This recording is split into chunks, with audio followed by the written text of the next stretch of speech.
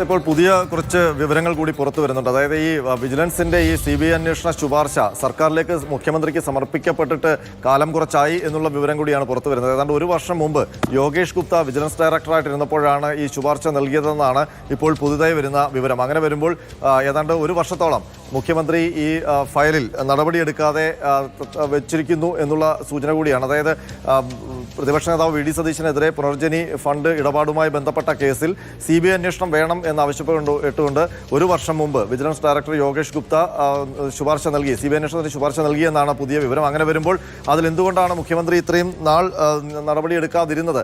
ഇപ്പോൾ വീണ്ടും ആ ഫയൽ പൊടിതട്ടിയെടുക്കുമ്പോൾ അതിനകത്ത് രാഷ്ട്രീയ ലക്ഷ്യമുണ്ടോ എന്നുള്ള സംശയവും വരിക സ്വാഭാവികമാണ്.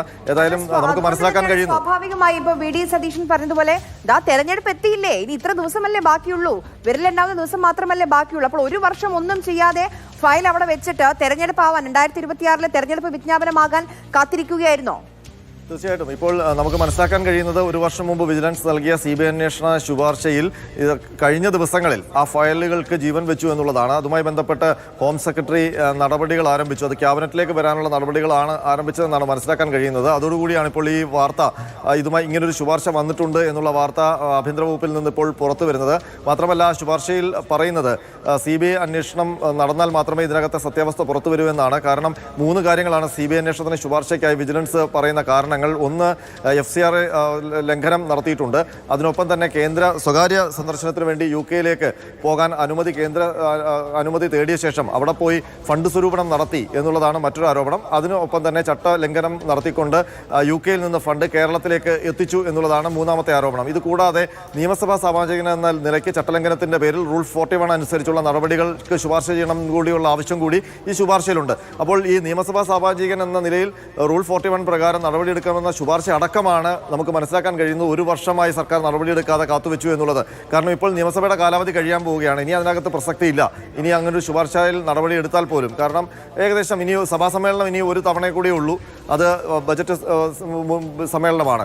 അപ്പോൾ അത് കഴിഞ്ഞാൽ പിന്നെ തെരഞ്ഞെടുപ്പിലേക്ക് പോവുകയാണ്. അപ്പോൾ ഒരു വർഷമായി ഇത്തരമൊരു ശുപാർശ കിട്ടിയിട്ട് എന്തുകൊണ്ടാണ് പ്രതിപക്ഷ നേതാവിനെതിരെ ഒരു CBI അന്വേഷണത്തിലേക്ക് പോകാതിരുന്നത്, അല്ലെങ്കിൽ അങ്ങനെ ഒരു നടപടിയിലേക്ക് പോകാതിരുന്നത്, സർക്കാർ അങ്ങനെ ഒരു തീരുമാനം എടുക്കാതിരുന്നത് എന്നുള്ള ചോദ്യം സ്വാഭാവികമായിട്ടും ഉയരുകയും ചെയ്യും. ഏതായാലും ഇത് സംബന്ധിച്ച് രാഷ്ട്രീയ യുദ്ധം കൊടുമ്പിരി കൊള്ളും എന്നുള്ള കാര്യം ഉറപ്പാണ്. മാത്രമല്ല 2020 ഈ സംസ്ഥാന സർക്കാർ ലൈഫ് പദ്ധതിയുമായി ബന്ധപ്പെട്ട ഒരു CBI അന്വേഷണത്തിൻ്റെ കാര്യങ്ങൾ വന്നപ്പോൾ അതിൽ അന്ന് CBIക്ക് ജനറൽ കൺസെന്റ് കൊടുക്കണ്ട എന്ന ഒരു തീരുമാനം 2020 അന്നത്തെ ക്യാബിനറ്റ് തീരുമാനിച്ചതായി വാർത്തകൾ വന്നിരുന്നു. പക്ഷേ അത് എൻഡോഴ്സ് ചെയ്യുന്നുണ്ടോ സർക്കാർ എന്നുള്ള കാര്യത്തിൽ ഇപ്പോഴും വ്യക്തതയില്ല. പക്ഷേ ഒരു വർഷം മുമ്പ് വിജിലൻസ് CBI അന്വേഷണം ശുപാർശ അനന്തൻ പറഞ്ഞതാണ് ഏറ്റവും പ്രധാനപ്പെട്ട കാര്യം. ഒരു വർഷം മുൻപ് മുഖ്യമന്ത്രിയുടെ അടുത്തേക്ക് എത്തിയ ശുപാർശയാണ്. ഇതിൽ CBI അന്വേഷണം വേണമെന്ന് പറഞ്ഞു. എന്തുകൊണ്ടാണ് ഇപ്പോൾ ഈ കാലഘട്ടത്തിൽ തെരഞ്ഞെടുപ്പിന് ഇനി കഷ്ടി 2 മാസം മാത്രം ബാക്കിയുള്ളപ്പോൾ ഇങ്ങനെ ഈ ഫയലിന് വളരെ പെട്ടെന്ന് എന്തുകൊണ്ടാണ് ജീവൻ വെച്ചത് എന്നുള്ള കാര്യം കൂടി അറിയേണ്ടതുണ്ട്. അതുകൊണ്ടാണ് ഇതിനെ പ്രതിരോധിക്കാൻ കോൺഗ്രസ് നേതാക്കൾ എല്ലാവരും ഇത് തെരഞ്ഞെടുപ്പ് സ്റ്റണ്ടാണ്, ഒരു ഇലക്ഷൻ ഗിമ്മിക്ക് മാത്രമാണ് എന്നുള്ള ഒരൊറ്റ വാചകത്തിലേക്ക് കോൺഗ്രസ് നേതാക്കളുടെ എല്ലാം പ്രതികരണം വന്നു ചേരുന്നത്.